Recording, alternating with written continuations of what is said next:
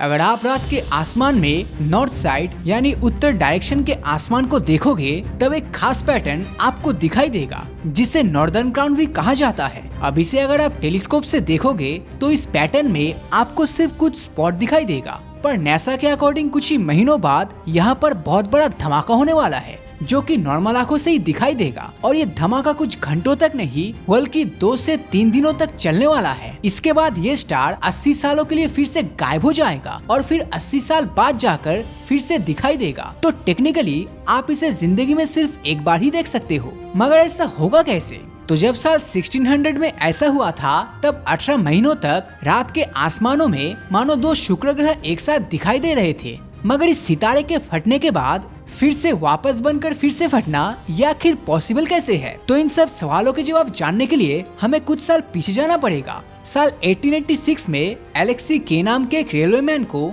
रात के आसमानों में कुछ अजीब चीजें दिखाई देती है। दरअसल उसे कोरोनाई बोरियलिस नाम के कॉन्स्टेलेशन में एक स्टार नजर आता है, ऐसा तारा जो कल तक नहीं था और अगले 2 से 3 दिन वो लगातार चमकता रहा। ये सब देखने के बाद उन्होंने सोचा कि एक स्टार को बनने में कम से कम 10 लाख सालों का समय लगता है और फिर उसके लगभग 1000 करोड़ साल बाद वो स्टार फिर सुपरनोवा एक्सप्लोजन से खत्म हो जाता है। तो फिर आखिर इस स्टार में ऐसा अलग क्या था कि ये अचानक से बना और 2-3 दिन बाद ही अचानक एक्सप्लोड हो गया? अब इसी सोच के साथ एलेक्सी रात के आसमानों में उस सितारे के अवशेष को ढूंढने लगते हैं। बट इसके अवशेष तो दूर की बात बल्कि वहाँ पूरा सितारा ही मौजूद था। बस खाली आंखों से नहीं बल्कि टेलीस्कोप की मदद से उसे देखा जा सकता था। उस दिन के बाद से एलेक्सी हर रात टेलीस्कोप से उस स्टार को देखने लगे और उसकी ब्राइटनेस को अपने डायरी में रिकॉर्ड करने लगे। और साल 1946 में वो स्टार फिर से वैसा ही चमक उठा जैसा कि 1866 में रिकॉर्ड किया गया था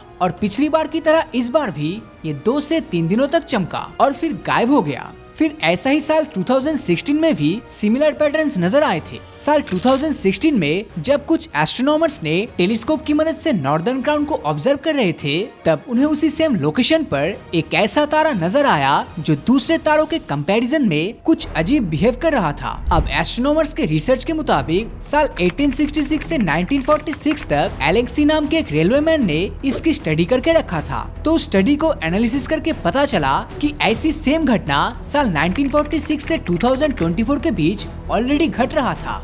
और इसमें सबसे बड़ी बात ये थी कि इन सालों में 80 सालों का ही गैप था। असल में साल 1866 से 1946 के बीच एलेक्सी के द्वारा जो भी डेटा को रिकॉर्ड किया गया था एस्ट्रोनॉमर्स ने उसकी मदद से एक ब्राइटनेस का ग्राफ बनाया और फिर खुद के रिकॉर्ड किए गए ग्राफ के साथ उसको मैच किया। अब इस ग्राफ में ग्रे लाइन से इस टाइम के डेटा को दिखाया गया है और ब्लू डॉट्स रीसेंट के डेटा को शो कर रहा है। इसमें आप क्लियरली देख सकते हैं कि दोनों एक दूसरे से परफेक्टली मैच हो रहा है। अब साल 1946 में स्टार की ब्राइटनेस अचानक से इंक्रीज हो गई थी, यानी कि साल 1946 के जैसा ही वो पीक वापस से 2024 में दिखाई देगा। अब इस सब का मतलब ये था कि जो एक्सप्लोजन एलेक्सी को कई साल पहले दिखा था वही एक्सप्लोजन देखने का मौका आज हमारी जनरेशन को नसीब होगा। साइंटिस्ट को पता चला कि ये एक्सप्लोजन जहाँ पर होने वाला है वो एक सिंगल स्टार नहीं बल्कि एक बाइनरी स्टार सिस्टम है जिसे टी कोरोनाई बोरियलिस कहा जाता है। अब इस स्टार सिस्टम में एक व्हाइट डॉर्फ स्टार है,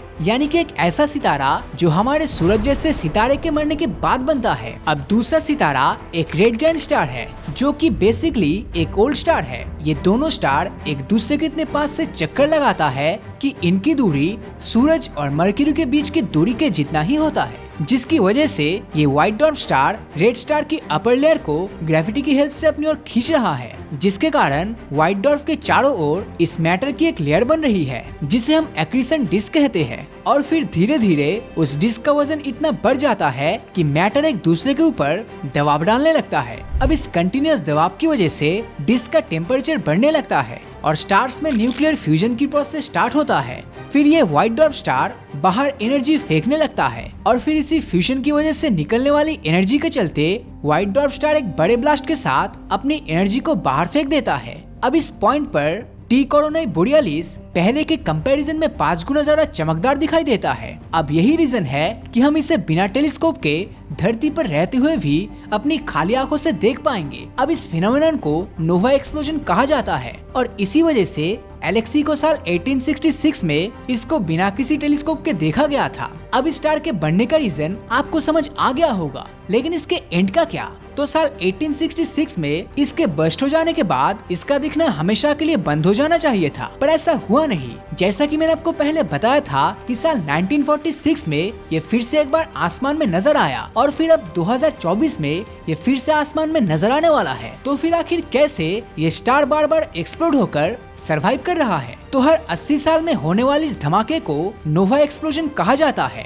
जबकि ऐसे एक्सप्लोजन जिसमें स्टार्स फटकर तबाह हो जाते हैं उन्हें सुपरनोवा एक्सप्लोजन कहा जाता है। अब नोवा और सुपरनोवा एक्सप्लोजन में अगर डिफरेंस की बात करें तो नोवा एक्सप्लोजन में वही मैकेनिज्म है जो कि एक प्रेशर कुकर की सीटी में होता है। इसमें मास को उस हद तक जमा होने नहीं दिया जाता कि न्यूक्लियर फ्यूजन से बढ़ रहा प्रेशर एक्सट्रीम लेवल तक चला जाए और स्टार पूरे तरीके से एक्सप्लोड कर पाए, बल्कि कुकर की सीटी जिस तरह बीच बीच में कुछ प्रेशर को रिलीज करता है, बस उसी तरह यहाँ पर भी कुछ इंटरवल्स में प्रेशर को रिलीज करता है, जो कि हमें ब्राइट फ्लैशेस के रूप में दिखाई देता है। और यही ब्राइट एनर्जी आसपास के फ्री स्पेस में फैल जाता है, जिसके बाद से वो तारा दिखना बंद हो जाता है, क्योंकि वो तारा फिर से डिम हो जाता है। और यही वजह है कि ये स्टार 1866 के बाद 1946 और अब 2024 में एक बार फिर से नजर आने वाला है। तो दोस्तों, आपका इस सितारे को लेकर क्या ओपिनियन है नीचे कमेंट में जरूर बताना। और अगर ये वीडियो आपको अच्छा लगा हो तो इस वीडियो को लाइक और अपने दोस्तों के साथ शेयर करना मत भूलना। और अगर अभी तक आपने हमारे चैनल को सब्सक्राइब नहीं किया है तो सब्सक्राइब करके नोटिफिकेशन बेल को ऑन कर दीजिए, क्योंकि मैं ऐसी वीडियोस हर हफ्ते लाता रहता हूँ।